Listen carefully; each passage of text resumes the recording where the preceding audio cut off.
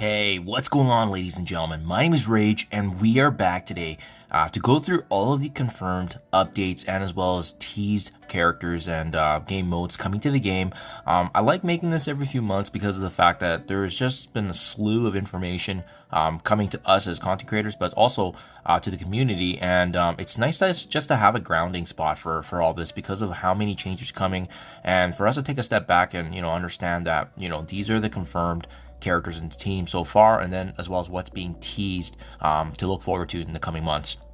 Having said that, it has definitely been an interesting year, guys, with 2 community managers actually leaving the game this year. It's been pretty historic. That's why I'm not surprised that we have not received a part 1 or a part 2 of the 2024 preview here, just because of the fact that there's been the turnover.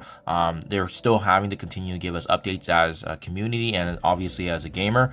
So they're probably still in the works, to be honest, guys, but it is what it is. We have to do our best on our side to try to make this information available. And the good news is that what a week it has been.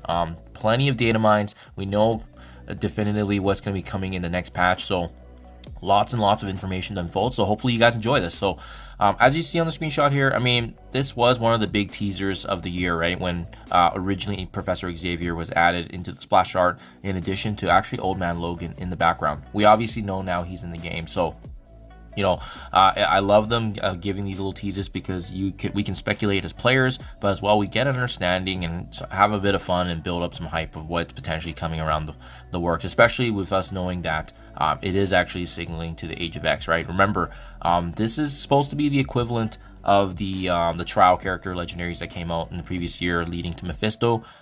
Professor Xavier is a Dark Dimension 8 unlock character for you folks that aren't aware. I know they previously said this was going to be very similar to Apocalypse, but it's just another Dark Dimension release. What they are doing differently though is staging and trying to make all the legendaries make sense in terms of the trial characters that come out. So that's why we had Old Man Logan starting things off in the year.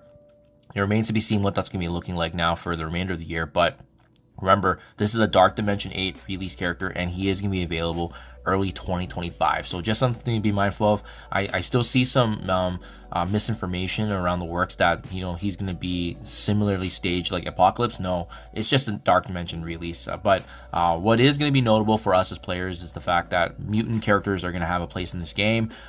They've previously hinted that there's going to be a hopefully similar kind of rework happening to the Sinister Six, Superior Six, also with the mutant characters that we have in game. And that is why, with each and every update and patch we've seen, some mutants have been getting love, and that's why mutant resources have been such a big constraint this year. So just something to be mindful of, guys. Now, let's talk about some of the newer stuff, especially, we don't really know definitively some information yet, but Illuminati is the most recently announced team, right? We know they're going to be in Cosmic Crucible. The character excluded from this splash art is actually Hank Pym, but they are actually one of the first 6-piece teams that have come into the game, mainly because of this guy. Captain Britain, with his unlock method, it's basically a pay-to-win only kind of character release for the time being, and he is going to be vaulted very similarly to how Zombie Iron Man, Zombie Juggernauts was. So that's the logic there. That's why there's 6 of them. So that means most folks likely will only have these 4 members here, which does include the reworked Black Bolt, Iron Man, Mr. Fantastic, and then with Black Panther Shuri and Hank Pym being obviously the newer characters getting added into this. But yeah, that's the release right now. We expect obviously their the release methods to come out in the coming weeks here, and then finally for folks to complete this team, and we'll see if there's going to be any revisions to Captain Britain. There's been a huge lashback. They still have not addressed it yet, so that's something to be around the corner for sure. Even just some dialogue around his unlock, but it is what it is. In the meantime, remember, guys, this team is going to be required for the future legendary tune that's coming up. So it means we can still get it done with the 5 characters excluding Britain, but apparently this team will, in its best form, does surround itself with Captain Britain. So just something to be mindful of there. Now let's talk about what has been actually data mined in the last couple days actually, and even in what's going to be coming up in the next patch, which is this cosmic kind of deity god-esque team, right? This splash art was actually provided yesterday because of the fact that we as Android users now have access to download the next patch. It's not effective yet. I'm assuming it's probably gonna be Wednesday or Thursday this week that it goes live, so you can start seeing some of these characters in game. And if not, maybe you start seeing their stats or whatever getting added onto MarvelStrikeForce.com. Regardless, they're in the data mines and they're on the splash art, which means they are part of the next patch. And as you guys can see, the notable character here is Odin, who's the father of Thor, right? He's been wanted and hyped in the game for quite some time, so it's great to finally get his addition. We got Gore, the Godslayer, here to the right. We have a fan favorite in Gladiator. And then as well, also we have Endgame Thanos to the right here. As you can see, he's holding actually his sword his double-edged sword as opposed to his usual gauntlet. So likely going to be a variant coming into the game, as we've seen with other versions of Spider-Man, Thor, and so forth. But pretty exciting times, guys. This is a big one. All we know for sure that the commonality is that they're all cosmic characters. We don't know if there's some specific type of game mode they're going to be thriving in. But if I had to guess a game mode, and I do think it's a little too early to say that they're a Siege Battle World team, because we know that one, especially from other envoys already discussing with the developers, that the game mode is delayed. So it doesn't really make sense to release a team that can't be part of that game mode just yet, unless their timetable has obviously moved up. But I'm going to assume, guys, for the sake of them being very offense-based, they may very well be a war team. Unless they're Mystic based. If they're Mystic as well, on top of their Cosmic tag, they could very well be the next Mystic Ray team. Who knows? But there's a lot of information that we can go through and speculate. But at the end of the day, Marvel Strike Force is gonna do what's best for them in terms of their trade classification, and we'll get that confirmation once that announcement comes. But it should be pretty shortly here, especially with the splash art getting already featured, including these characters.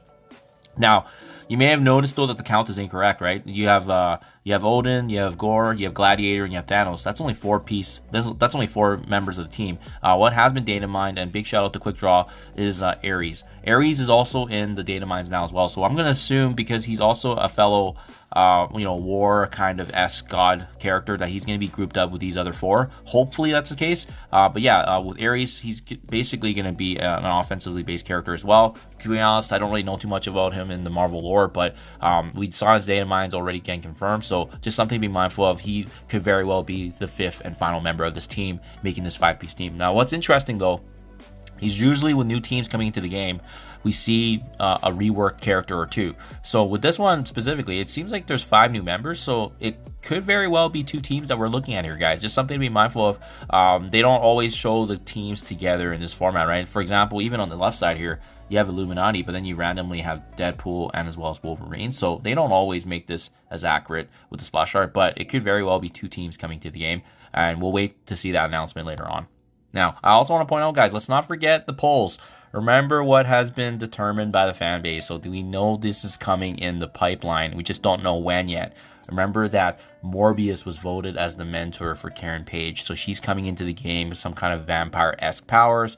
We got Man-Thing, who won over a werewolf by night. And then finally, we also have the addition. I believe we had a choice between Moon Knight and was it Voodoo?